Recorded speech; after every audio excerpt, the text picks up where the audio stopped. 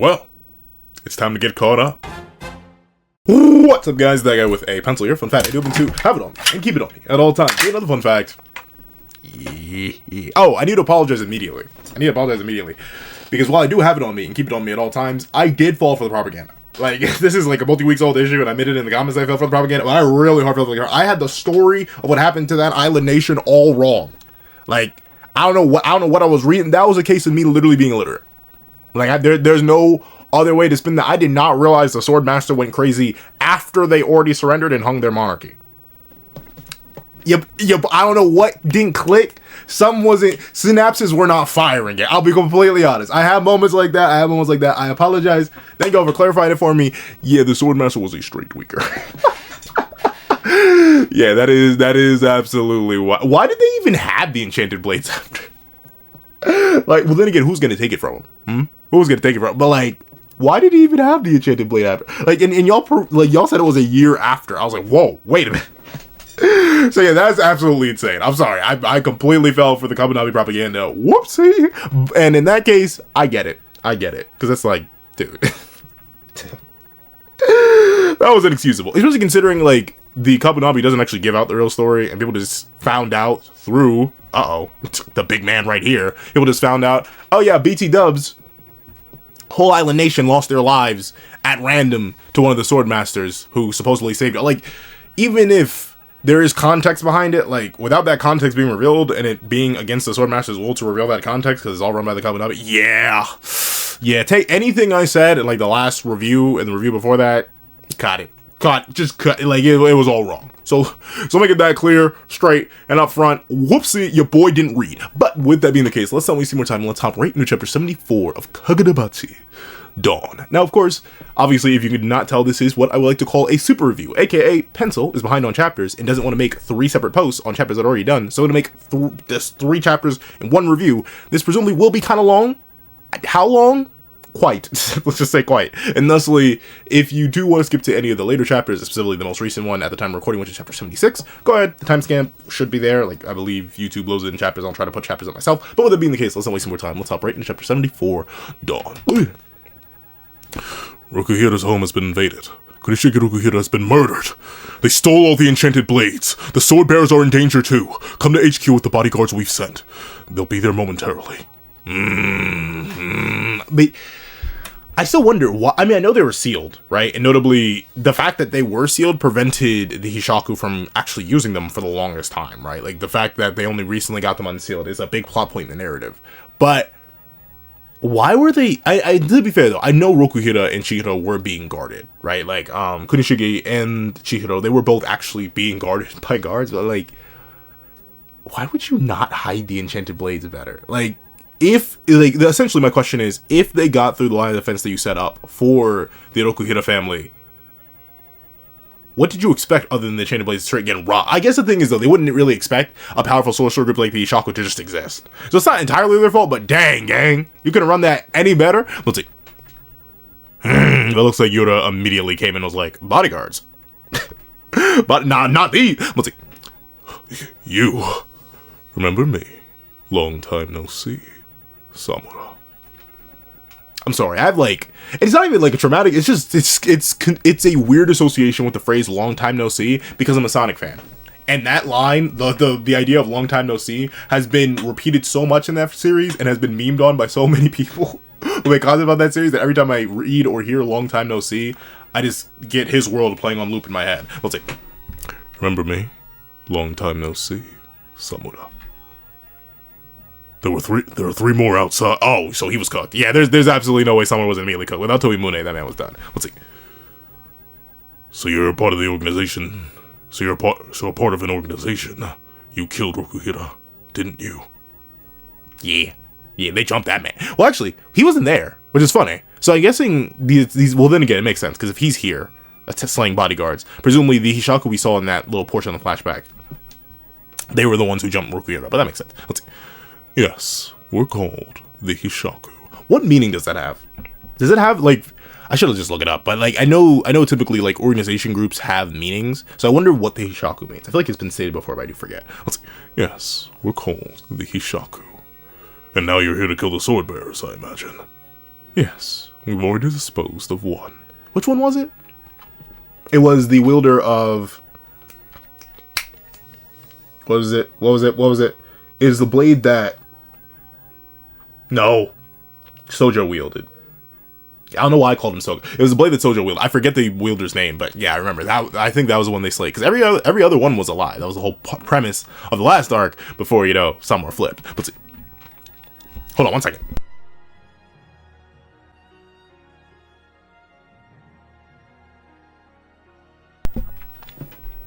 Ah!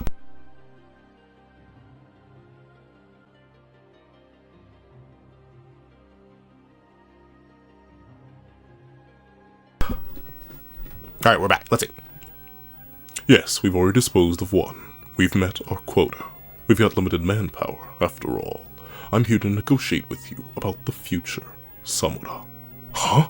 Okay, so their quota. And I guess that makes sense, right? You take down one of the sword bearers, freeing up one of the enchanted blades from their eternal contracts, which we know that the Hishaku know about by this point because they explained it. And at the same time, you now have one of the enchanted blades that you can actually wield and experiment on. So you're good. Obviously, I think if the Hishaku moved quickly enough in groups, especially considering it appears Todo is a teleporter, if Todo was in the organization at this time, I presume she was. Who knows? We'll see. But, because HIRUHIKO actually would have been really relatively young by the time this flashback. He would have been, because he's the same age as Chihiro, so he would have been a teen at most. So with that being the case, if my numbers are numbering, they may have not had Todo. So maybe that's why ultimately they couldn't just jump from sword bearer to sword bearer to sword bearer, or sword wielder to sword wielder to sword wielder and take out most of them. And at the same time, obviously we know why they aren't taking out Samura, because I think ultimately they saw him more as an asset than a liability. Both obviously. Like Samura is a massive liability, but at the same time, he could be such a useful asset if they play to his strengths, let's say. And by strengths, I mean his weaknesses, which are his strengths. But let's see. And if I don't cooperate, you'll kill me. Right? Well, yeah, that's usually how these things work. Yes, when you'll cooperate. The impending catastrophe is nigh. Which is funny, because at least by the time of the modern narrative, the catastrophe hasn't happened yet. And in fact, it's weird, right? It's hard to tell if Yura is actually like a seer type who can legitimately see the future, or if it's like a self-fulfilling prophecy, right? Like, what is that phrase? I forget what series it's from, or if it's like just an old phrase, but one often meets his destiny. I think it's Avatar, right? One often meets his destiny on the road he takes to avoid it. So like, I still don't know how genuine Yura is, because I still don't know enough about Yura. Once again, I'd like to assume he's one of the people of the Island Nation that was slaughtered, not the boy. Once again, that was another thing. I don't know what I was reading. I was not cooking. I don't know. I was super tired when I was recording that, I guess, or just reading comprehension was out the window. That obviously wasn't Yura. That boy got turned into bones. But, with it being the case, ultimately, it is the Hishaku that are helping fulfill that prophecy by allowing the Shinichi to be back into the open world and not sealed.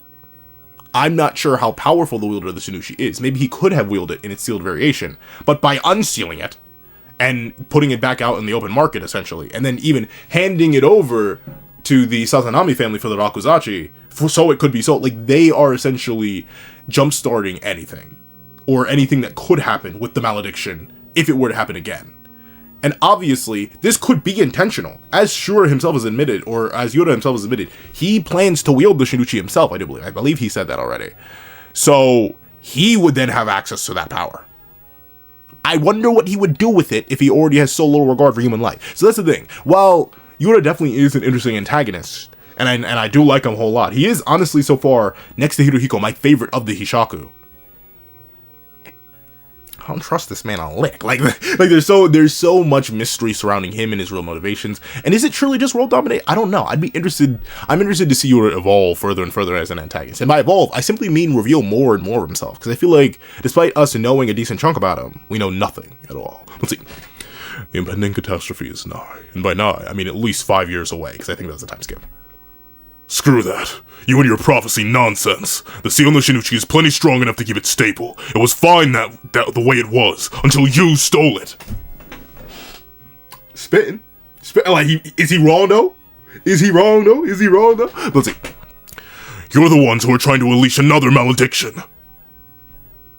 Kinda, yeah. Like, that's the thing. That is at least my most common interpretation. That's what I would think would happen.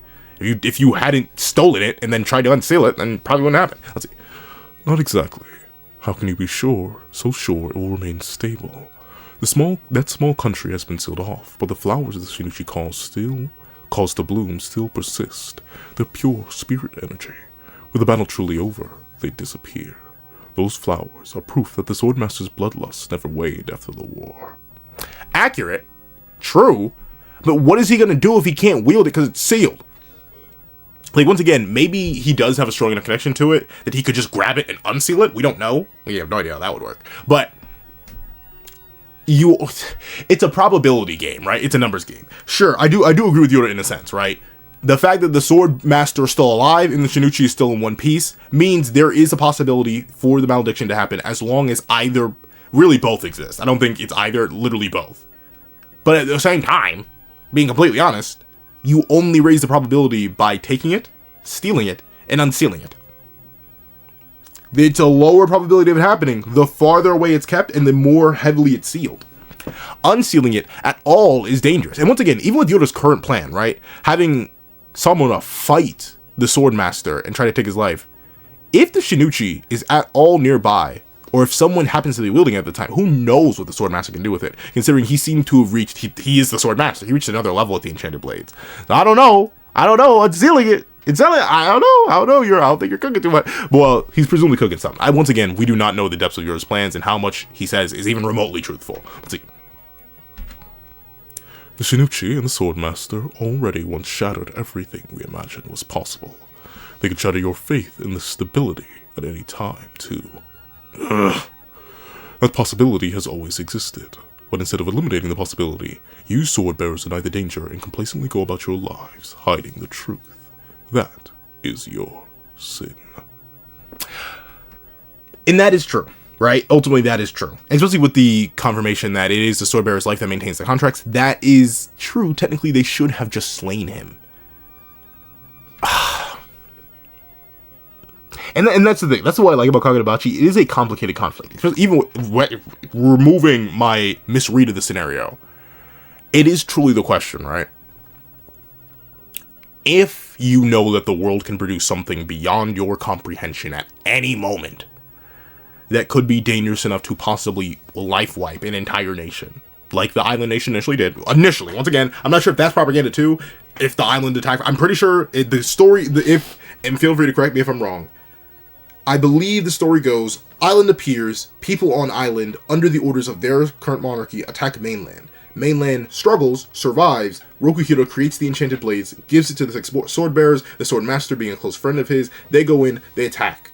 They counterattack. The counterattack goes, it succeeds, and they get the island to negotiate a peace deal by having the current monarchy of the island slain. A year later, a year passes, and ultimately the Shinichi and then the Sword Master both work together and agree, like, no, the entire island needs to be slain immediately, and then slays them, and then bada bing, bada boom, everything goes into hiding. So, the real question is it okay for the Sword Master to still be alive? Should they just off it, and then ultimately recontract or base the contracts around somebody new, instead of just holding on to them, right? Because essentially what the Kabanami is doing is holding on to their lethal weapons. Holding on to, like, nuclear weapons in this case. Like, essentially, there is no real Cold War, but think of it like the Kabanami deciding to keep their La Bombas on standby, including the most dangerous one that could hypothetically do extreme damage, just in case something were to happen. Is it a good idea to do that? In the macro sense, yes. In the micro sense, no, because there's always that possibility that he could tweak out again if the right conditions are met. Especially considering, like Yoda says, he already transcended what was thought possible. Heck, the Enchanted Blades, as far as we know, are a transcendation of what was thought possible in this universe. The multiple types of sorcery, the multiple powers that they wield, and the sheer gap between an Enchanted Blade wielder who's even new to it and a sorcerer that is well trained, it's crazy. So, like, I get it, just because the water's already proven it's extremely dangerous, but at the same time, yeah, the Sword Master is a liability. If anything, I forget, I should have reread before I started doing this review. Is it possible to slay the Sword Master and then get someone else to be the base of the contracts? Maybe not, because the Shinichi is the most powerful one, so presumably it always has to be the base. But you could contract someone new to the Shinichi. We know that ultimately, the eternal contracts are only eternal for as long as the sword bearer is alive, not necessarily the sword itself. We've seen multiple people pick up different swords afterwards.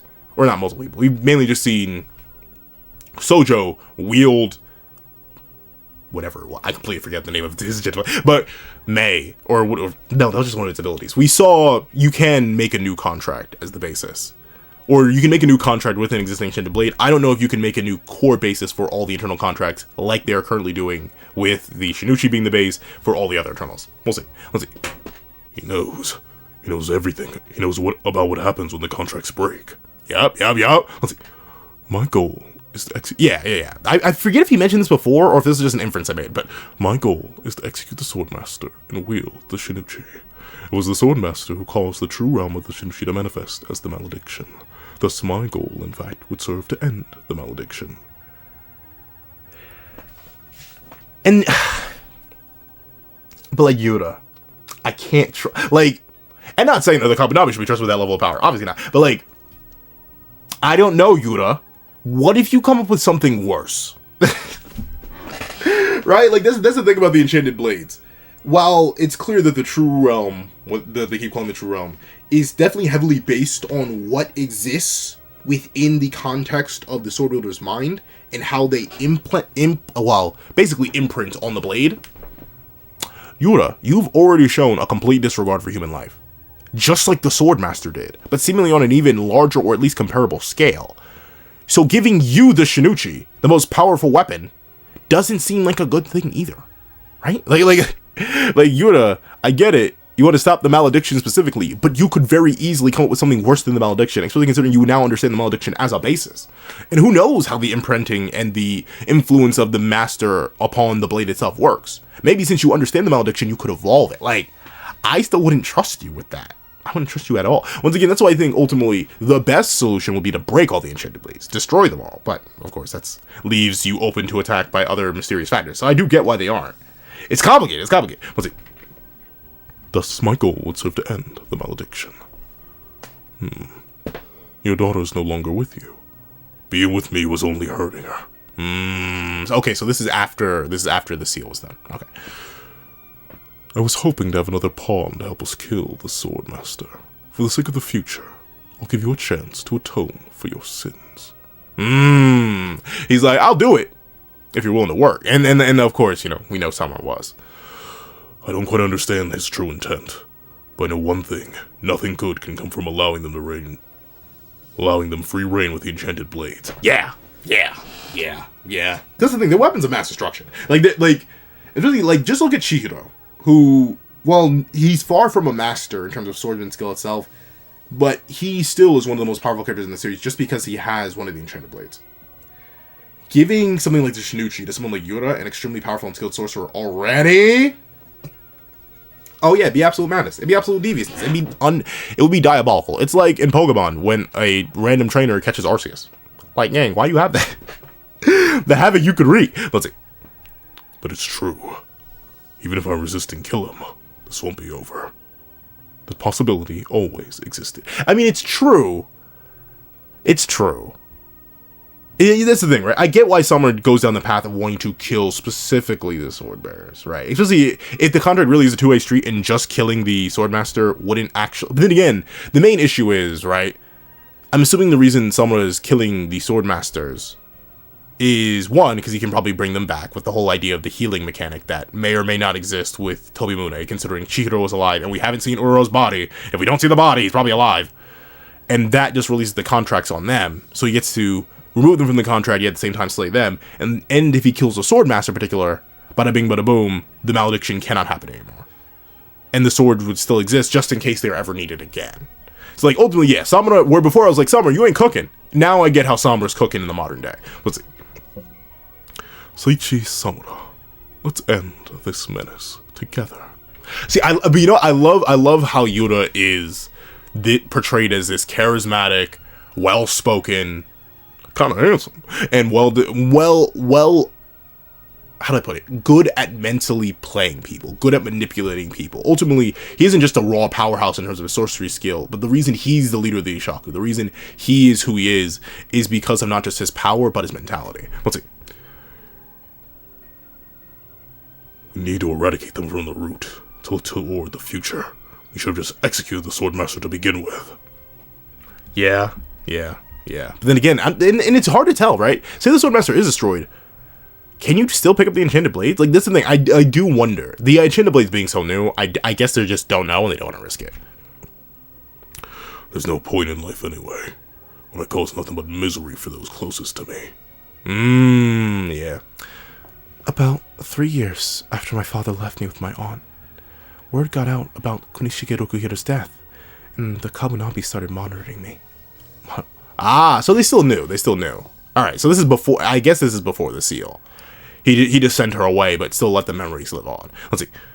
And the Kabunabi started monitoring me. Sorry, but you could be in danger too. Because I'm Sichi Samura's daughter. 6 months later. Okay, so yeah. So this is before the names. This is before the Masume end up wiping her memories and doing the seal.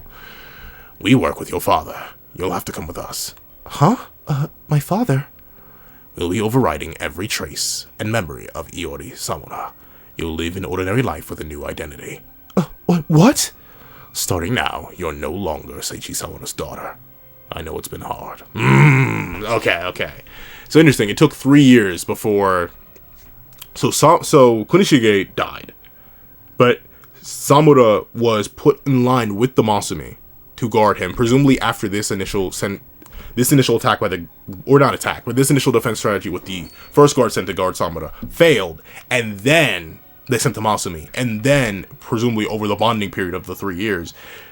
Samura figured out about the Masume's ability to steal away memories, and he sent them to go protect his daughter. Okay. It's all, the timeline is all clicking together in your boy's head. I'm getting it now. Let's see. I know it's been hard. As Seichi Samura's daughter, I dealt with slander and violence. As Seichi Samura's daughter, I was a prisoner. But as Seichi Samura's daughter, I got to be with my dad. I got to see my mother's last smile. I'm sorry I caused you nothing but pain. See, that's the thing. And I get it. Like, and notably, my dad is a dude, right? Like, he has lore. He has crazy lore. I may tell stories about my dad if he's ever comfortable with that. But, like, my dad has crazy lore, relatively speaking. But my dad is my dad. And I couldn't imagine sacrifice. Even if it was for, like, my own good. I don't know. Like, that's my dad. And notably, Iori only spent a fraction of the time that I spent with my dad. My dad's always been in my life. Like, there's never not been a point where my dad has been involved in my life. He's always been there. And, like, I can't imagine sacrificing that and all the memories associated with them. So, a lot of my core memories, and especially, I'm a guy with bad memory, if you couldn't tell. So a lot of my core memories are associated with my family, very specifically my dad. And I can't imagine having to give that up. And I get that, like, that was so rough for Iori, man. That's gotta be devious. Let's see. Okay, so we're back to the present. Darn! Oh, my son, HIRUHIKO, fight back, bro. Fight back, please. You keep getting diffed. Unbelievable. She's completely destroyed the seal. Hey, like you said, don't underestimate the youth, Gay. Don't underestimate the youth. Chihiro's like, huh? What's happening up here? Oh, hey, Toto. So yeah, Toto can teleport. She is the teleport, so she must be new. Interesting, she teleports with flames. Okay, right out of here. So, but that's the thing. Ultimately, HIRUHIKO is alive. So, despite Chihiro going in for it, he still failed to slaughter HIRUHIKO. Which, hey, I'm fine with. Hey, I need a long-term rival for Chihiro. HIRUHIKO, keep escaping death, bro. I need you to do it. Let's see. Glands? Oh, HIRUHIKO! My sword softened the blow, so the wound's shallow. I can move. Oh, okay. Okay, so wow. So Chihiro, you from the back in multiple ways. I don't need treatment. Get the Get the what? Get the what? The thing that will make Summer fall. This guy. There are owl eyes above the roof. Let's see. Get the enchanted blade. Huh? We have it, but I'll handle them. Help Iori. I feel like it should be the opposite. Chihiro should definitely slaughter HIRUHIKO and Toto while he has the chance. Interesting, he teleported at such close range, though. Ikura, thank you for coming. Oh, sure. I mean, that'd be my only response to the game. This is absolutely crazy to run into, especially as a high schooler. Closes the eyes. Okay. Okay, they got aura. They got, I can't deny, they got aura. Okay, they clean with it. Still very impressive. And of course, probably a lot of it's muscle memory with the seal coming undone. And with the seal coming undone, it's likely that all that training that she did is now leaping and rushing forward. So it's like she never stopped. But the body, which hasn't trained for a while, it's impressive that she's able to pull all that back. Like, that strength is still lingering there. Like, I learned Taekwondo years ago. I don't think my body, even if I were to suddenly be given all those memories back, would be able to do it. Because I'm a completely different person than I am now. Than I was then. So despite learning how to fight at a younger age, I don't think I could do it now. I have to go back and get retrained. So it's very impressive. Definitely, Iori Samura definitely is a prodigy. Like, she's definitely up there in terms of just natural ability and giftedness. It is not just all training, which is, hey, testament to her ability. Oh, and I do like how Chihiro's still watching her for tips and stuff like that. Like, she's won the purity style better than I am. Gotta study tech real quick. Let's see. Whoa! Did Mr. Samura teach you sword fighting? Yes. It's my first time with a real blade, though. Which is even crazier! Let's see. What? As long as I close my eyes, I'm good. I don't have to see the blood. What? Chihiro's like... Huh? And remember, Chihiro himself is a prodigy of prodigies. So Iori technically is a whole level above him. Like, I bet if you were to give her an enchanted blade, she'd be basically unstoppable. Let's see. Ever since my dad left. Still think of this while training. If I can get stronger. That's why I want to be like you. So I can protect everyone, too. If I get stronger and send all this stuff flying. Okay, good, I can do that. Maybe he'll stay with me. Ah, it's rough. The sky. Is that my dad? Yes. Is he watching us? If the seal is broken, Mr. Samura must be remembering you too. But he can't come find you. But he can't come and find you now. Mr. Samura is on a mission. Huh? He's on his way to kill the contracted sword bearers. Those big old eyes! Yes, I remember it all. So, it was meaningless. No matter how much I struggled, my feelings could never reach... I wouldn't say that. It is literally a case of... He just doesn't want to risk you. Like, and notably, I'm not a daddy. Just yet, as far as I know. But, like, I'm not a daddy. But I can imagine if I was in a fraction of someone's situation and I had the opportunity to save or protect a loved one of mine by doing this, I'd do it too, right? Like, even as much as they would want to reach me, I would be more concerned about their continued existence. I get Samura here. So, Iori, it's not that your feelings didn't reach him. It's just that in the cost-benefit analysis of your life versus his, he was willing to sacrifice everything. And I get that. It's a rough moral implication. I get why Iori reads it as that, but no, Iori, that man... He loves you, dog. He loves you. Let's see. If you draw N10, Mr. Samura might try to come kill you. Might! Will! Let's see. It went easy on you the first time, but if he kills you again, Samura will keep the N10 next time. Yo, I actually do want to see someone dual-wielding enchanted blades. I think it's literally impossible. It'd be cool. I know we saw Chihiro wield a broken enchanted blade, but that doesn't count. Let's see. If you draw the enchanted blade... Oh, but she still summoned it to him. If you draw the enchanted blade, Samura will know.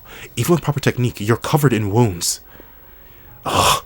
Either way, Chihiro will draw. Besides, I'm not letting it just end this way. Oh no, here you go. I don't think you're, like, you could fight him again. Later, under better circumstances, dog. Like, you do not have to fight him now. Let's see. Someone was already forced to cut him down once. He's resisted using it for this time. Why would he? Oh. You think? But that's such a crazy move to do in this. Would he really just draw Samura just so he can meet with Iori again? Maybe. We'll see. It wasn't meaningless. Oh? Oh, he's actually... Okay, so he's going for it. He's going for it. Let's see. You need to hone your swordsmanship to achieve the greater heights with the enchanted blade. You can reach him now. Okay, so Chihiro, he's just going for it. So, okay, so we're summoning Samura way sooner than I thought. Then again, I guess it makes sense with the timing of the arc. It's about what you want. Even if it's for just one moment, I want to see my father. It's about to get hectic. I'm so happy I got to do that. It's about to get hectic, ain't it? Let's see. I want to see my father. Yo, we go straight over. Yo, Kumayuri. N10. He about to fall in the skies, bro. I kept making jokes about how Samura's about to fall in the heavens, bro. Oh, look. He's here. Them feathers signify the call. They went bring, bring, bring, bring. Summer, you ain't about that. 2 enchanted blades at once, too? Oh, maybe if just Chiro drew his. But nah, gang. Look into the heavens. Who's here? Tobimune. Daddy's, yo.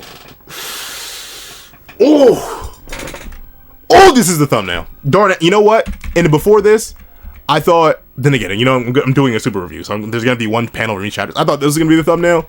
No, gang. This is it. Tobimune. To be continued. Nothing but straight aura, dual-wielding wings, and a blade. I see it. All right. Luckily enough, I don't got to wait too long. Let's hop right into chapter 75. Load is on you! Load! Yeah, it should be working. What's up? What's happening? Why are you not loading? Okay, I'm about to say. I was a little worried. I was like, I hope my internet isn't down. Let's see. Kagurabachi, chapter 75, Illusion. Tobimune, Enten, Kumayuri. Okay! This is the most we've seen. We've only seen Enchanted Blade versus Enchanted Blade. So far, we have yet to see Enchanted Blade on Enchanted Blade on Enchanted Blade. But obviously, there are many levels to this. Samura is the most experienced here. Technically, Chiro is the second most experienced. And I think this is only HIRUHIKO's second time wielding Kumayuri, because he essentially had to immediately shut that down when Samura got Tobimune back. So, let's see what cooks. But then again, obviously, presumably, HIRUHIKO was educated on the abilities of Kumayuri. So let's see what cooks. Crow. And he's still in them whack behind feet. Yo, put some shoes on. Put the dogs away somewhere. It's not that deep. Let's see. Crow. Okay, the feathers are falling everywhere. If an enchanted blade is unleashed anywhere, he can detect it. Think of it as unusable. Basically, yeah. Let's see. We should get out of here. This is bad. In fact, well, he may, like, is the deal reneged? Will he come and slaughter y'all now? Let's see. Yeah, but that's why. After I kill the sword bearers, it will be a showdown between me and you. Summer wants smoke. Let's see. He wasn't anticipating having his daughter here. It must be unsettling for him, to say the least. If we're going to capture his daughter, it's now or never. Huh? Well, that was quick. Well, then again, Toto didn't seem to be a combat type, but darn. That was quick. He straight blitzer. Well, HIRUHIKO, I think it's time for you to die again. Well, that's the thing. I want HIRUHIKO to live. I love HIRUHIKO. HIRUHIKO, no. But, dude, I think you may have made a mistake. Instant blitz into one shot? What is banquet, though? What is banquet? I'm assuming that's probably one of the abilities of Kumayuri. But darn. Even HIRUHIKO's like, wait, I didn't think this happened this quickly. Let's see. Huh. Okay. Nah. Wait. Hold on. I gotta put the sword of worthiness down again. Hold on. Wait a minute.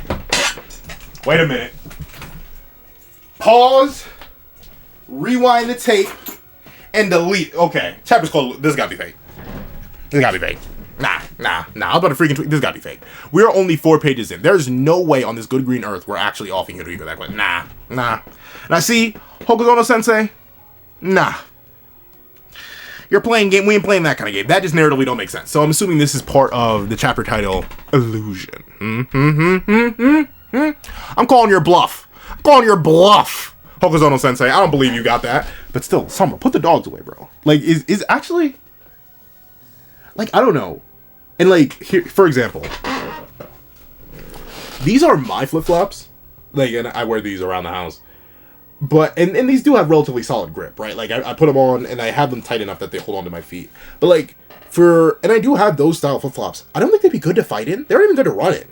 So, like, is that actually just an aura buff for Samura? Is that actually even crazier? The fact that he's able to fight so confidently in flip-flops? Because, like, your boy, personally, I couldn't do it. Like, that'd take a little too much effort and a little bit too much toe dexterity that I simply do not have. So, and that also makes you wonder, did he fight like this in the war? Was he slaughtering people with the dogs out? Like, what? That's absolutely crazy. But let's see. Ooh, darn. 2 bodies hit the floor. Huh? When he draws Tobimune, he uses these dancing feathers to sense his surroundings. Ah, okay, so actually gets around some blindness. One of Tobimune's powers is Crow. He can swap locations with any of the dancing. What? What? Okay, that's insane. So is there a limit to the... Well, then again, I doubt it. Well, personally, there is a limit, but like... He can just do that? Swap positions with any of the feathers? Man, how do you beat this? Like, how do you beat this guy? Because, like, notably, if he... Say he has 10 feathers. Just 10. There are way more here, but say he just has 10 feathers. And they're all around you. At any point, he can instantaneously swap with one of them. So say you're about to attack him, he swaps. You're hitting air. And then he swaps with the feather that's right behind you and he decapitates you. Like, how do you beat that? Instantaneous teleportation, even if it is limited, right? Like, obviously, free form teleportation will be better. But the ability to instantaneously swap with an object is cracked in of itself. Like, say, for example, I were to bind it to specifically, like, marbles. Say I had a bag of marbles. And if I threw the marbles up in the air, I could swap with any of the marbles. I already have infinitely more options than you. And then you may be like, infinite, it's only 10. But you need to consider every single step that would come after me swapping with one of the 10 marbles. And he has way more feathers than 10 marbles. That is crazy. Toto on steroids. Let's see. Kuro. Shiro, I don't think you're built for this, dog. You're lucky he didn't teleport and decapitate you. Let's see. What on earth is going on? Did you guys break the seal? Ro? He's like, I will decapitate you too. What happened? But then again, I don't blame him. Like that, he had no context for what was going on. In fact, I wonder where he was. We saw him on a roof a while ago, but like, was he just chilling? Eating? Like, was he on the toilet when this happened? They had to pull the pants up real quick? What happened? Well, then again, he instantly teleported here. And that's crazy. He can also teleport to the owls. That's very impressive. Let's see. No, we didn't. Yeah, technically they didn't. She did it on her own. Redo it then. Yeah, but you know what? I don't blame him. Once again, he's like, all that matters is my daughter's safety, man. Redo it. Amia, because he knows now she's in extreme danger. He needs to get her protected. I get that. Ultimately, the safety of his daughter is still his top priority. But at the same time, I now get why HIRUHIKO wanted to bring him here now. Because even if it is a momentary distraction, they know, and Yuta knows, right? That's why they're going for the daughter in the first place. Yuta knows Samanu's daughter Yori is his main motivation. It's the one thing that can cripple him at this point. Because no one else is strong enough to fight him at this point. Samanu currently, now, is top 1 in the verse. So, at this point, this is, like, the Hishaku, but then again, they need him. That's the only 50-50, right? Slaying Samurai here would be useful, but at the same time, they do need him to fight the other sword bearers, right? Even if they were to get access to Tobimune, no one will be able to get to his level. They would need his strength. So it is a real big, it's a 50-50. HIRUHIKO did just flip the coin here. Now the question is, will his gambling pay off? We'll see. Do you have nothing to say to me? After such a long time? Okay. There are slightly more pressing matters, Iori, but still, I get that. She wants to see her dad. All this time. Oh, but like, look at that. He feels so, yo. I can't say Summer's a bad dad no more, dog. Like, look at that. He's like, oh, there's so many things I want to say, but I can't have you here right now. Oh, that's rough. Like, I don't know, man. I don't know. When I have kids, man, I think legitimately, not my life is forfeit, but it might as well be, gay. Like, I'd do anything for them. And there are like some baby cousins. I mentioned this before. There's some baby cousins I have that I do anything for now. Like, the amount of money and just resources, time, energy, and stuff I've spent on baby cousins, or even like baby cousins I'm not directly related to, like at all. Like family friends who I am like their uncle and or cousin. For my own kids, man, I give up anything. Like, they're funny enough, there's been a debate going around about, like, a man versus dog, right? And while I'm a proprietor that the average man can beat the average dog, just because the average dog is, like, 60 pounds. So, like, average man is 160. It's, like, nearly 3 times the weight. So, body bag, and, like, for reference, today, I weighed in at 209.5. I am over 3 times the size of the average dog. I am molly-whopping a beagle. But, that debate has evolved, and mainly because people are saying they wouldn't lose to any dog. And me personally, I've been making the joke of like, beat a cane corso, beat any of the larger dogs. And I personally think I couldn't do it, despite being 209. Either the same size as some of those dogs, or even still heavier, even with adrenaline and all that. But people have brought up a good point. If I did have a wife and kids, and I was told either you beat that dog or that dog gets them, man, I think I'd find the willpower to mollywop a Kango gang. So like, it is entirely possible where that desire to protect your own, man, it goes crazy. It goes crazy. Let's see. Father, Oh, yeah, okay. So everything. So it was all an illusion, all right? Oh, father. Okay. Okay. Blades melting. What? Okay, so this is... I'm guessing this is one of Kumayuri's abilities. I don't think someone will be doing this. Ooh, okay. Interesting. Everything is going all wobbly. But the feathers... Okay, but the feathers are still there. Let's see. Huh? The building? Huh? Oh. No, it's not the building. It's our inner state. What does that mean? This is... okay, so it's banquet. So it is one of the abilities of Kumayuri. Banquet. One of Kumayuri's abilities is banquet. It causes intoxicating illusions. Okay. So I figured HIRUHIKO wouldn't go down that easy. But that's interesting. I still think so far, obviously this is the first ability we're actually seeing a banquet other than these dolls which we've seen before, or these women that come out of it. But that actually is pretty good. Because if you can deceive somebody slightly in a fight of life or death, being off by 1 centimeter, 1 millimeter, is enough for you to die.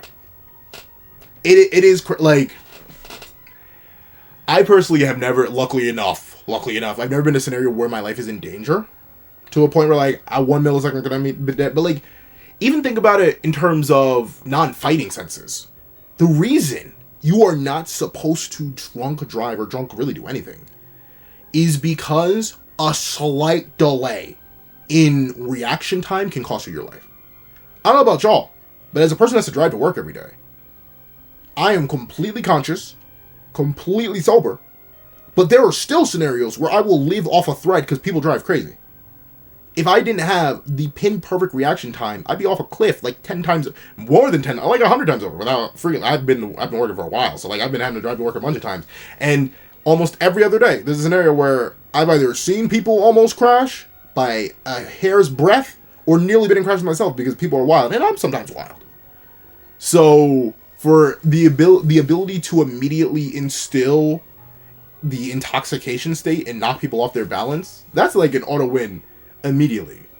I still think Crow is better just because teleportation is broken, but then again, I'm heavily biased because I love teleportation. I love spatial manipulation powers, and even conditional ones are really, really cool. But interesting. We'll see how effective Banquet is, if it'll stop Samura or Chihiro, who presumably are the main targets. Then again, everyone is being affected, so it seems like it's an AoE ability. It causes intoxicating illusions. Hallucinations, not illusions. HIRUHIKO made the first move. Samura's cuts were an illusion. Where is he? It even produced the sensation of slicing. Interesting. So Samura himself was tricked. Alright. Mr. Samura was taken by surprise. His daughter's presence must have distracted him. That's it. It's the fact that his daughter's there. It is simultaneously the best time to get rid of Samura. But you still want Samura. But then again, Samura technically is more liability than he is asset, right? Because if they can jump the sword bearers with Tobimune and Kumayuri, and hypothetically recover Enten here as well, they probably solo. So they're in the right spot. They're making the right move. So yeah, only people against them were affected too. It looks like everyone else is still not affected by Banquet. These guys weren't affected? But Iori is affected, so she can't defend herself anymore. But Chihiro, he leaps up. But Chihiro's managing. Let's see. Mr. Samura, no excuses. Protect your daughter. Okay. So that's it. So unironically, Chihiro and I love it because that plays into how they're both the same. I like that. Chihiro and HIRUHIKO both made the same conclusion in this moment. Right now, Samura's daughter being here, Iori being here, is simultaneously their greatest asset and their greatest liability. Samura's going to kill them expeditiously because she's here. But at the same time, if she's under threat, they will automatically fall to a lower priority rung. Right now, Samura should slay Chihiro. He broke the deal. He wielded the Enten again. Bada bing, bada boom. But right now, there's a more pressing matter. And thusly, in the hierarchy of importance, he falls lower. And that's why he can wield it and possibly kill HIRUHIKO. So, okay. So he's in a good spot now. He's in a good spot. But it's only temporary. The real question is, what will Samura do after this is over? Unless Summer dies right here and right now, which I don't think will happen. I think it's we've introduced him as a threat too soon to execute him. Even with Kagurabachi's pacing, I think it'd be too rash to remove Summer from the narrative this quickly. Let's see what's about to go down. Let's see. All these people are lunging in towards Iori, who can't defend herself. Yo. Summer, he just got it on me. He keeps it on him, dog. And he's doing this while under the effects of Banquet. Very impressive. Hey, what about you, Chihiro? I'll get the sorcerer. Okay, so he's fine. He's fine. All right. So I wonder what he's doing to fight the illusion, though. Unless he's just used to it, but maybe he knows. But I don't know. I don't know how he would resist it. But then again, someone was able to resist it somewhat. The Kumayuri is really useful. Oh, darn. All right, so but then again, he's burning energy on top of wielding Kumayuri for the second time, on top of taking serious damage. See? Your wounds are serious. With the Kumayuri's abilities, we can get away. You don't have to get risky here. Let me get risky. If we miss this chance, there won't be another. We need to get his daughter. Yeah, okay. Hold on one sec. I am a little bit thirsty. I'll be right back. And we're back. Let's see. Tell the truth. There's no way your mind is thinking that far ahead. Jeez, harsh. Oh, but honestly, for HIRUHIKO's character, true. Let's see. I won't let it end like this. That's all it is, right? Just like a kid always wanting to play one more game. Is it that obvious? Yes. Yeah, like you don't care. You just want smoke. But at the same time, this is gonna sound crazy, and it is.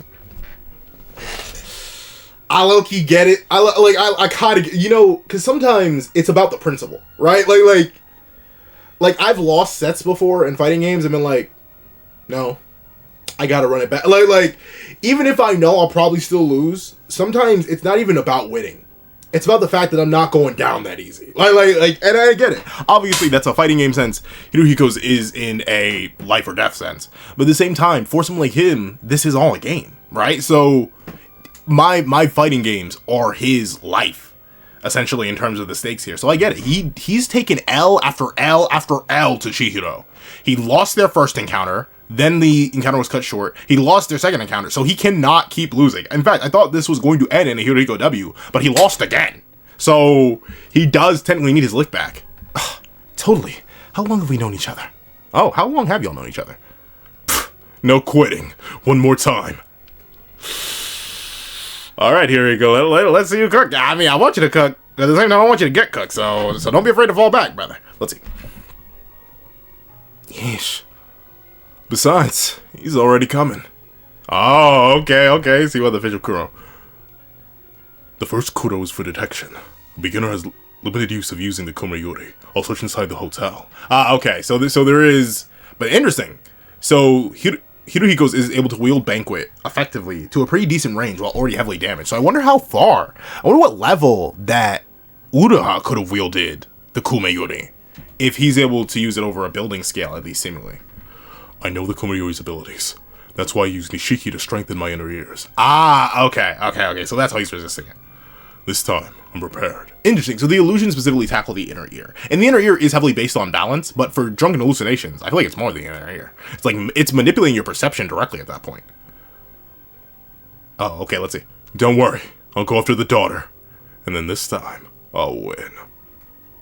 I want you to, HIRUHIKO, but like, but you got this game. Let's see. And this time, I'll win. Okay, so they go band for band, clash for clash. And they still draw evenly. Very impressive, especially considering HIRUHIKO's taken much more damage here and is currently using probably a much wider scale of his ability. It is still very, very impressive that HIRUHIKO's able to keep up at all. At all. Like that is legendary. Shout out to HIRUHIKO's just sheer adaptability and resilience. Toto cannot escape in time, at least not seemingly. Let's see. You better actually try to kill me this time. Last time I didn't know about Kumayuri's whereabouts. Now that I found it, I have no issues killing you. Okay. Okay, so that's why he was still alive even after the slash from like a couple chapters back.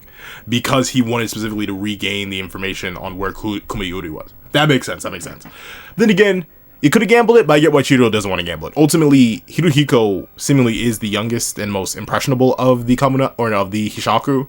So getting it out of him would probably be easier, and ultimately, just killing HIRUHIKO would allow the Hishaku just recontract it to another one of their sorcerers, which wouldn't be the best move. So I get why Chihiro made that move, or made that play. Okay, Samura guarding.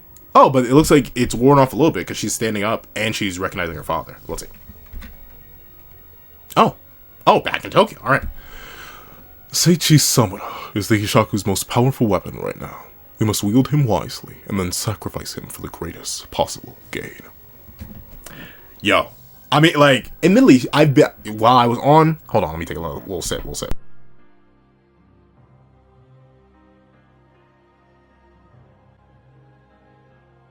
Stay hydrated, folks. Samura really is. He is Roaring Moon. Before Roaring Moon got banned. Roaring Moon did end up getting banned again in OU. But what a team I built had Roaring Moon leading. And literally every time I would Dragon Dance, depending on what I was fighting first, Terastalize, and just do as much damage as possible. It was a case where he was not arguably. Every other mon on my team is weaker than a full potential Roaring Moon. Like, the rest of that team was Slow King Galar, Iron Valiant. In fact, let me just... Sorry, I know y'all are like, Pencil, what's with the video games Pokemon analogy? But I think this is appropriate. And I get, it's just to rationalize and understand where Yura is coming from. Let me pull out the team. Let me pull out the squad. Because ultimately, I think the way I built that squad is exactly how the Hishaku and Yura particularly are viewing and dealing with Samura as sort of their vanguard. The leading wall against them all. I haven't touched Showdown in a while, so let me see. Do I still have... Yes. Of course, Zama's banned, but... And there were a couple of variations of the team. Let me go with the base variation. Let me see. No. So this is a copy. This is the original. All Out Zama Moon. So, the way this team worked, it is Roaring Moon, Zamazenta, Dragonite, Slow King Galar, Zapdos, and Iron Valiant. And you'd be like, why that team come in particular? Roaring Moon's job was to do as much damage and kill as much Pokemon as possible, but I basically, unless I got extremely lucky, never expected to sweep with that thing. As powerful as specifically Fairy type Terra Roaring Moon is, boost energy, all that, there are numerous things that will live even after 2 Dragon Dances, and then probably kill it in revenge, or at least cripple it. But I didn't really care, because the rest of the team exists to clean up. The Zamazenta is choice banded. And typically, a choice band in close combat from Zamazenta is stab and will kill anything that's not a ghost type. Or even like a psychic type. Anything that doesn't heavily resist it will take extreme damage, especially if it's already been chipped down by Roaring Moon. My Dragonite is a secondary backup sweeper. It's a leftovers, Terra Ground, Dragon Dance, Earthquake, Roost, Ice Spinner. It will kill literally anything, and it only has Ice Spinner instead of something like Extreme Speed in order to deal with those pesky flying types that would be immune to Earthquake. And it has reverse swept games when people thought they survived the Roaring Moon. Slow King Galar is utility, but also is more than capable of killing things, especially with Future Sight after it swaps out and people forget about Future Sight. Zapdos, Heavy Duty Boots, once again, more so utility. Thunder Wave, Volt Switch, once again, the more lead into Dragonite. And then Iron Valiant is also there as just a late game sweeper, all special, maxed out speed, booster energy, Moonblast, Aura Spear, Sight Shock, Thunderbolt. Why? To clean up. And that's kind of the Hishaku's role and how they view Samura. Samura is the person who's going to lead in, run in, do a whole bunch of damage to the Kabunabi, die, eventually, either by the Hishaku's hands or presumably the enemy, the Kabunabi. And then the Hishaku are the cleaners. They're the Iron Valiants, and the Zapdos, the Slow King Galar, the Dragonite. And ultimately, I'd say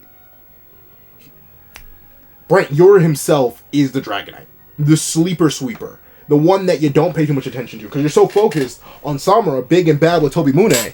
But someone like Yura, I feel like we still haven't seen his full potential. And I'm excited to see it. Let's see. That's his fate. The one key to sealing his fate is his daughter. Depending on how this battle in Kyoto is going, will fire 2 arrows. Oh. Interesting. Let's see. Deep down, right below us, lies the Shinuchi. Interesting. So they found it already. So I do think there still is a mole. It's not who I thought it was, but I still do think there is a mole within the Kabunabi. And the Kabunabi headquarters. Quite the obstacle. Oh dear, this is going to be rough. Oh, okay, so the tree guy and Yoda are going straight for it. Alright, I guess while Summer's distracted, might as well. It appears it's time. Oh.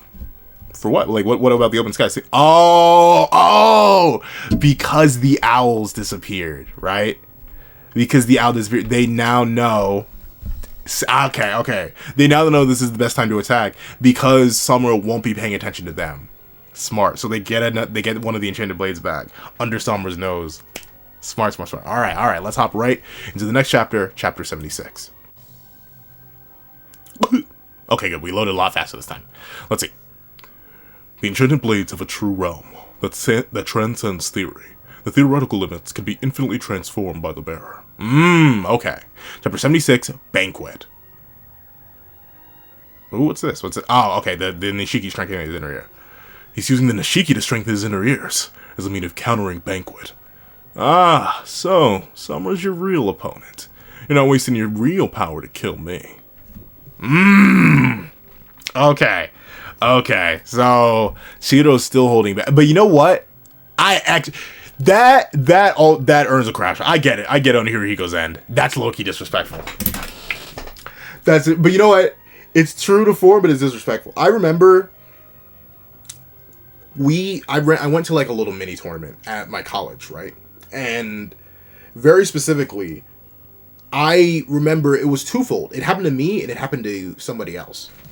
Where I was playing my mains only because, you know, there was a little bit of money at the time. So I was like, let me save my stamina, let me conserve. And let me not show my main. Because I have a couple mains in Smash Bros. And I was playing a side main. But the person who I was playing knew that I wasn't playing my main. And they asked me after the first set, were not the first round, because it was a first to 5. And yeah, I know you're like, it was the first to 5. It was only a 16-man tournament. It wasn't that much. We weren't like at a super major or nothing. It was a college pot. Like no, we were messing around essentially. So we were doing first to 5s. And after the first round, he was like, "You're holding back against me, aren't you?" And I'm like, "Holding back? No, I'm not holding back." But I knew the best Smash player at the college was there. And since we only had one TV, we were running, like, it was a full day event. We were running from 9 to whenever the tournament ended. It ended up ending at, like, 9. Like it was a full 12-hour tournament because we were running first to 5s. Because we were trying to be fair as possible to everybody. And he was like, you're doing that, so he doesn't see how you play. Huh. And I was like, okay, and yeah, I'm not going to change. And I did end up beating that guy. Like don't get me wrong. Just as they think ultimately Chihiro's going to end up beating Hiruhiko here, I did end up beating that guy. But I understand the disrespect. He went infinitely harder, and the sets got a lot closer.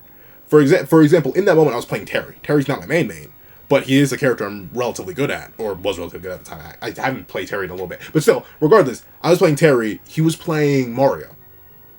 That's like a relatively even matchup, in my opinion. And he fared me. Like he got me.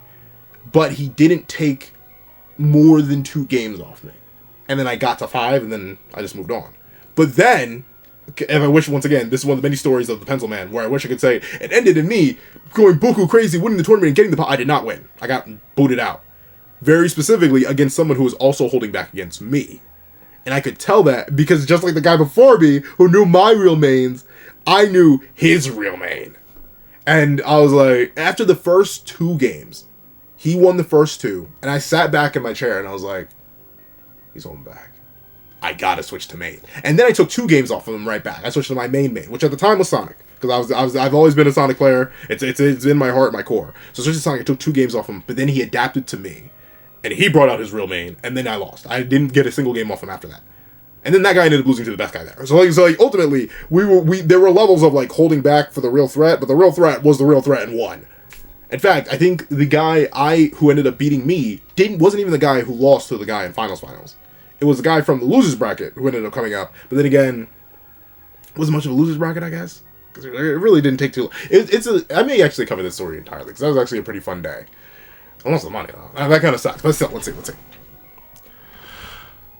But, all that to say, I completely lost the plot when I went to storytime mode. All that to say, I get why Chihiro wants his ones solely for the respect. He's like, hey, I'm your main rival gang. I'm your op. What do you mean you're saving energy? What do you mean you're holding back? Because it's just disrespectful. So I get why you want smoke. Let's see. That decides it. I'm gonna kill Samura first. What? I want Chihiro to fight me for real. What do you to say? He said it's up to you, Hiruhiko. Basically, he's fine if you do that, so long as you retrieve Tobimune. Okie dokie. You hide then, Toto.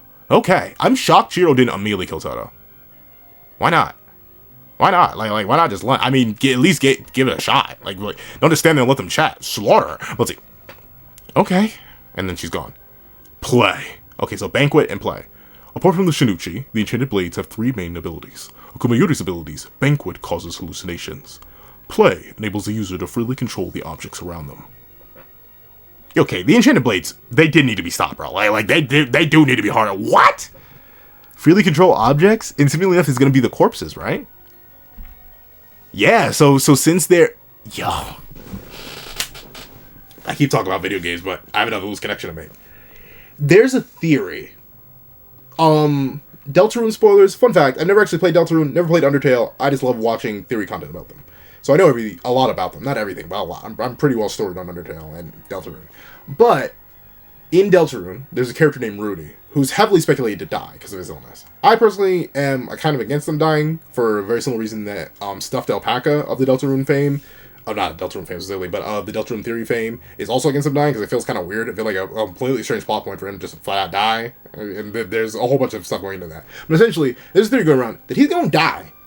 And then his daughter, Noelle, will open up a Dark World. And if you don't know what a Dark World is from Deltarune, essentially, what a Dark World is it takes inanimate objects in a room and essentially animates them, gives them soul and form. Not directly, Darkners aren't, like, exactly objects, like, there's complications to it, but for simplicity's sake, for the sake of this quick point I want to make and compare it here, there's a theory that a corpse would be considered an object by the Dark World since it's no longer living. And thusly, Rudy himself would come back to life inside a Dark World, and that would lead to character conflict. And that seems to be the same case here with play. Since Chihiro views these objects, or not Chihiro, since these objects are viewed as, well, no, since these corpses are no longer living, Kumayuri can control them because they're simply objects. But now I'm wondering, what is the upper limits of this? What's the upper limits of play? Could Kumayuri, aka HIRUHIKO, or possibly Uruha, when he was wielding it, take control of the very land around him? What's the limit? What is the qualification for object?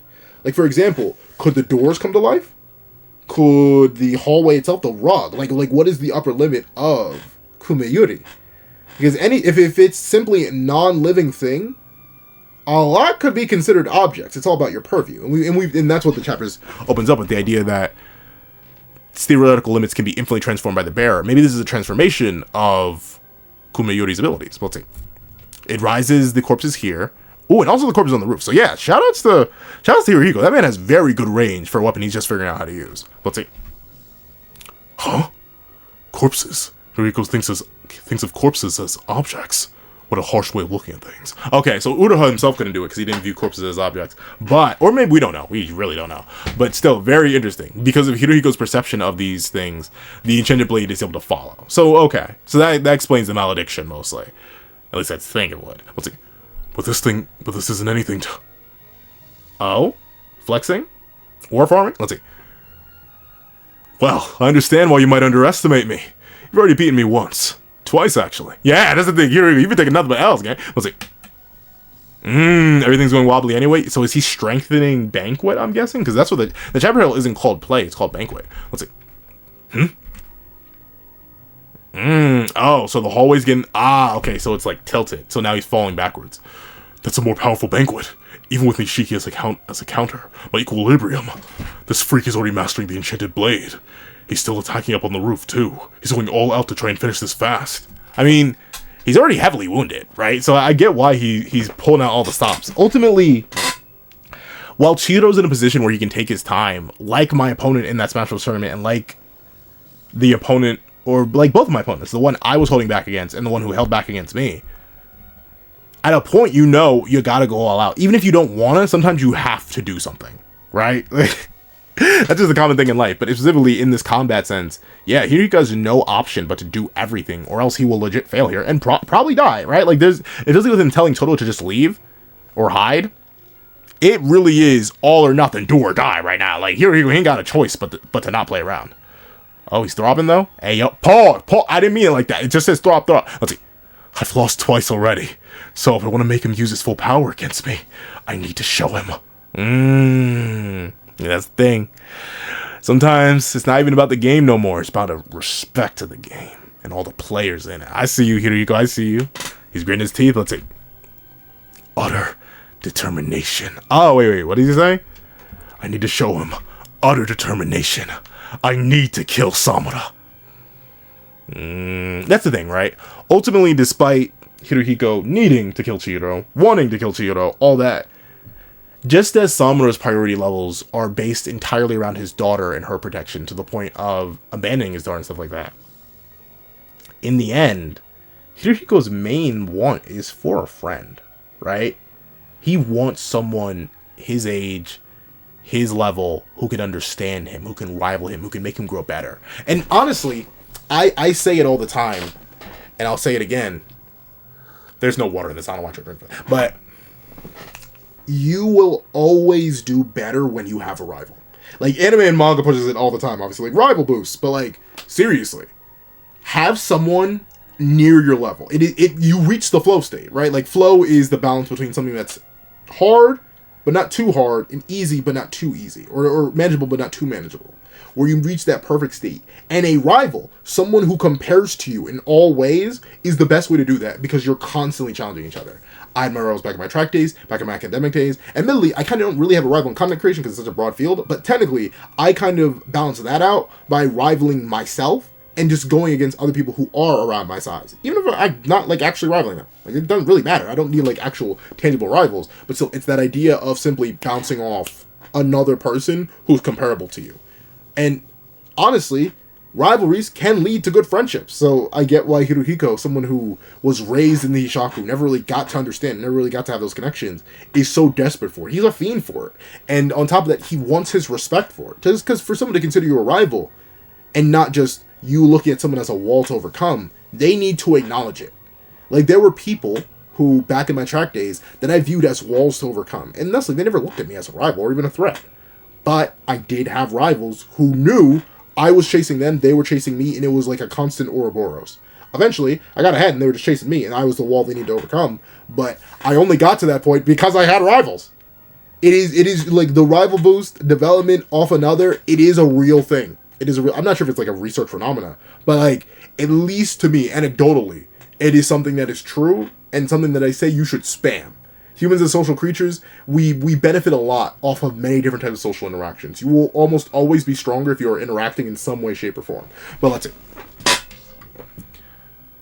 Okay. So wow. Once again, he's boosting it, and he's also affecting even Samura. Very impressive.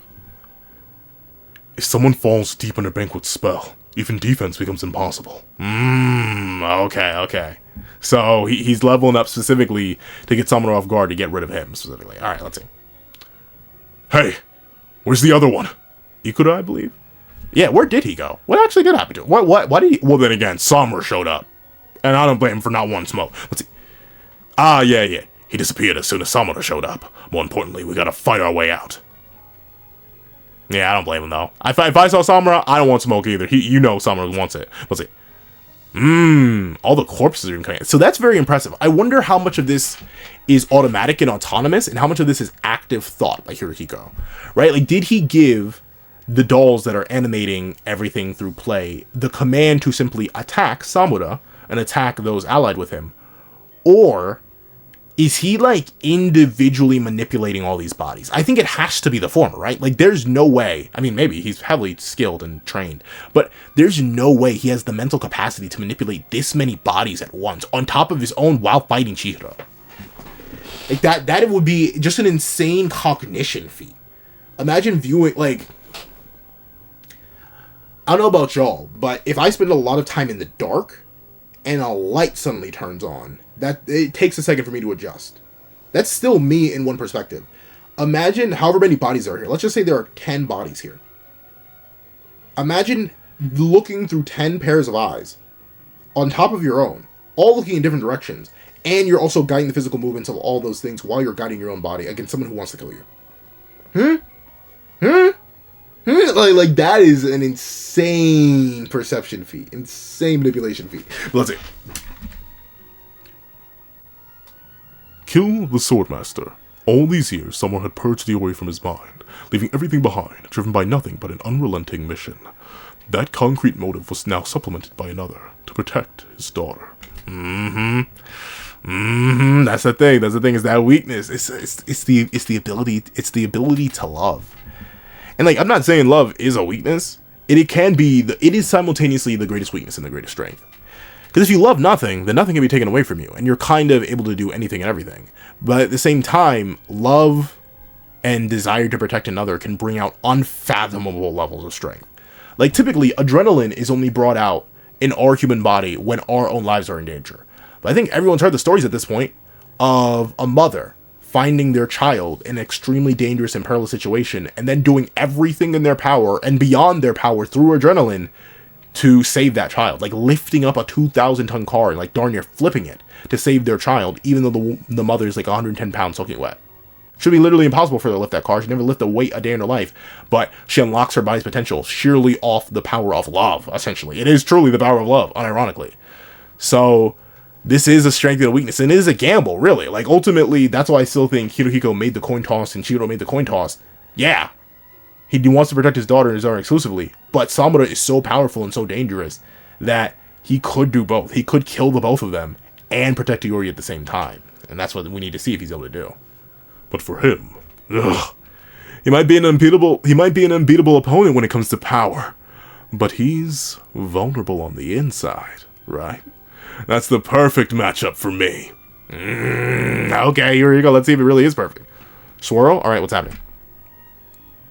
Okay, so now we're going beyond the inner ear stuff. He's truly facing the illusions. The idea of Iori hanging herself, hair going down the drain, Iori scrubbing the walls. Okay. Huh? Wall, die. Yura said his heart is twice as sensitive as a normal person's. That's why I'm attacking his psyche to the max, investing copious time and energy to drive him into a corner, so I can bend him to my will. Oh, Yura I think I like HIRUHIKO more. I think I like him more. That's the thing. I like Yura, but I like Yura more in concept. In execution, I love HIRUHIKO. He is my type of character. He's 100% my type of character because he takes so much joy in it. He revels in it so much. And he's capable. It's not just that he's a villain. He's very Joker-esque in that sense, right? Where the reason Joker isn't a threat is not just because he's a silly clown man with a bunch of money somehow. It's the fact that he's a silly clown man with a bunch of money who's also unbelievably intelligent. Unbelievably dangerous. He's super, what is it? Super Saiyan or whatever, how they describe it sometimes? Where his mind is able to rival Batman. And that's what makes their conflicts interesting. It's not just the fact that he's crazy. It's the fact that he's crazy and capable. And that's the same thing with HIRUHIKO. HIRUHIKO's nuts. He's bogo bonkers. That man's absurd. But at the same time, the fact that he's absurd is only complemented by the fact that he's capable. And the fact that he's doing all this on his second time wielding Kumayuri, able to wield Banquet to this range and this level and wield Play at the same time while fighting Chihiro, who at most is using Nishiki at this point because he already used Kuro to scout the building and find HIRUHIKO, and he's actually holding his own while already heavily battle damaged. Yeah, HIRUHIKO's built like that guy. He is built like that to the extreme and back, and I love it. I love me a good prodigy villain, bro. It goes absolutely crazy. Oh, my toes, they're curling. Let's see. Uh-oh. Swirl. What's happening? Okay, so now he's fully consumed with the illusion. Okay, so that's why the chapter's called Banquet. Banquet, despite using Play, Banquet still is the main thing. Let's see. Calm down. This is a hallucination. Iori. He's scared to open the door? What's gonna be on the side? Iori's naked body? Okay, no. Bodies with blades. Alright, so Play is still in effect. So he's stacking Play and Banquet. Ooh, and he actually is getting tagged. He's being stabbed into. Swirl, what's happening? Huh? Gotcha. Okay, I guess he is mainly controlling, or at least to some degree. He's able to see what's happening through them. Lunging for the daughter. Let's see.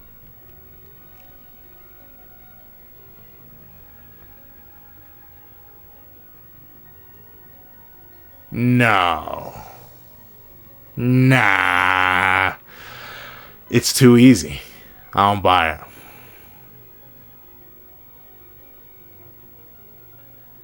I mean, is it? Don't, but I mean, it's but I don't like. If this is it, I don't like it. There's in fun fact, I'm wearing a shirt about Sakamoto Days.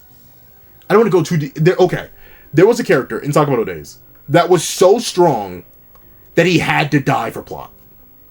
Like, the story as it was set up could not function if that character survived and was an active participant in the narrative. Thusly, he had to get plot diffed. Like, I'm not like saying it was entirely plot diff, but if you know, you know, all right? And like for my Sakura Days fans, readers who are also Kagurabachi fans, if you know what I'm talking about. You know the character, you know how they got plot diffed. I don't want that for someone. I expect someone to get plot diffed eventually. I think it's a little bit too soon. So I'm not saying this is an illusion, because obviously why would this be an illusion? I think this is physical. I think someone is getting stabbed here, but I don't buy that this is the end of Sama. That seems too easy. It seems way too easy. Especially for HIRUHIKO to do it with just wielding Kumayuri. That, like, I get having to remove someone for the sake of the plot, but, like, that seems too easy. Right? We'll see. We're 12 pages deep. I think we're only halfway through the chapter. We'll see. Yuri looking on. Let's take a look. Mr. Samura! The thing that finally broke his hallucination was the pain of a fatal... No, it's too easy, gang. It's too easy. Was the pain of a fatal wound. That's what you get for stalling. I'm the only one who's free. He's cooked, isn't he? I don't know. Like, usually when a protagonist says that guarantees their cookiness. I don't know, HIRUHIKO. You're kind of being friend as a protagonist. I don't think that's the wise thing to say. I'm the only one who's free. Oh, but they're clashing again. It's all or nothing now. Shiro, come at me. Yeah, okay, I about to say there was no way that actually happened. Like, come on. Like, that'd be way too easy. I'd be like, possible, absolutely. Too easy, also absolutely. Like, there was no way that was actually it. But look who's coming. With all the bodies come feathers. Let's see. Why? Feathers. Look at the crow feathers. They're coming down with the bodies. Oh, and they're overtaking the bodies too. How could you underestimate a master like him? Yeah, that's the thing. I don't know. HIRUHIKO again. You may be the only one who's free. But you may be about to be freed from this mortal coil, gang. Let's see. Darn! All the bodies are destroyed already? Whoa. HIRUHIKO's like... Wait. Wait. It's that, John Bertha Punisher meme. Like, wait. Like... That's the face of a man who knows he's cooked. Like I think he knows. Especially in the 2v1, he's cooked. And Iori's fine. Let's see. Huh? It's Ikura, I believe. He's hiding like blood knows he's not built for this. Let's see. Ugh, I can't tell what's what. First I thought HIRUHIKO was dead, and he's wielding an enchanted blade. After that, Samura showed up. HIRUHIKO and the other guys got sliced up, but they're gone. Oh, so even he was under the effects of Kumayuri. Very interesting. And now... So the blade stabbed through. That was real. I'm the only one who should get hurt. Suzaku. Okay, so have we seen all three abilities? The owls, the teleportation with crow. Well, actually, he has flight, too, with the feathers. And Suzaku. This seems to be a new ability. Let's see. Ikura's looking. Heal. Wounds are the fuel of this flame. Okay, so he's able to... Uraha's alive, then. So it does hard confirm. Tobimune is able to heal, teleport, and fly. Oh, this thing's broken. Let's see. Still the face of a man who knows he's cooked. You're a lively one. Friggin' brat. That's enough out of you. Is he healing his eyes? You mean to tell me he's been holding back the entire time? We're cooked. HIRUHIKO. Run! Run, HIRUHIKO! Hold on. I'm gonna... I don't want to mess with my mic settings because I like where they're at right now. But I want to hit an impression, and I think I can. I think I'm in a safe space. I will hit the impression. We're gonna lower it down. Hello? Okay. It should be. I'm sorry. Let me get real close. Warning. Headphone users, warning. Ref! Do something!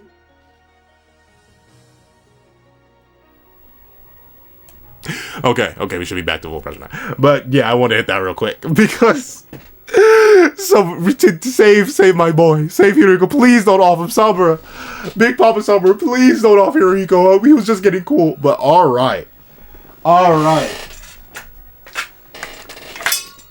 W's 3 set of chapters, gang. W 3 set of chapters. Happy to be caught back up. Hope you guys enjoyed the live reactions. Can't wait to see y'all in the next reviews.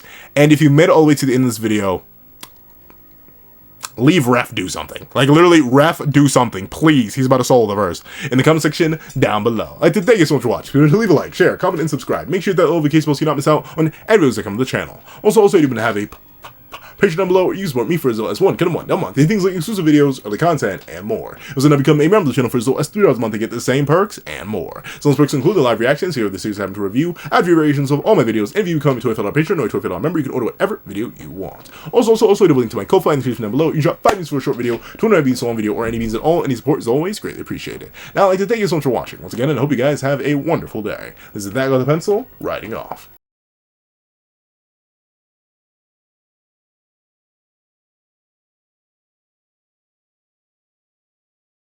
I'd like to thank you to our sketch tier members: Eternal Flame, Red Wolf 4765, Astro, Super Flame Zero, Glacier XZ, Zara, Brandon Payne, J2MA, Yomi, Yuki Ally, Buddha Uda, Azo 2404, Planet Crone, G Prosper, Nevis 97, and Ollie. I'd like to give a big old thank you to our line art tier patrons: Sean, Nirvana Igneal, Midnight Lord 21, Kevin Encarnacion, and A+A. And I'd like to give a big old thank you to our Ink tier members: Fine, Austin Wimberly, Euchia, Carlo Alaimo, and Grim. And then I'd like to give a big old hefty thank you to our digital art tier members: J Warrior and AZ Void. And then I'd like to give a big old thank you to our colored art tier patrons: Wakimunos and Wakimunos. And then I'd finally like to give a giga super duper kidney sacrificing thank you to our ultimate that guy with a heart on the horizon, Calvin Elder.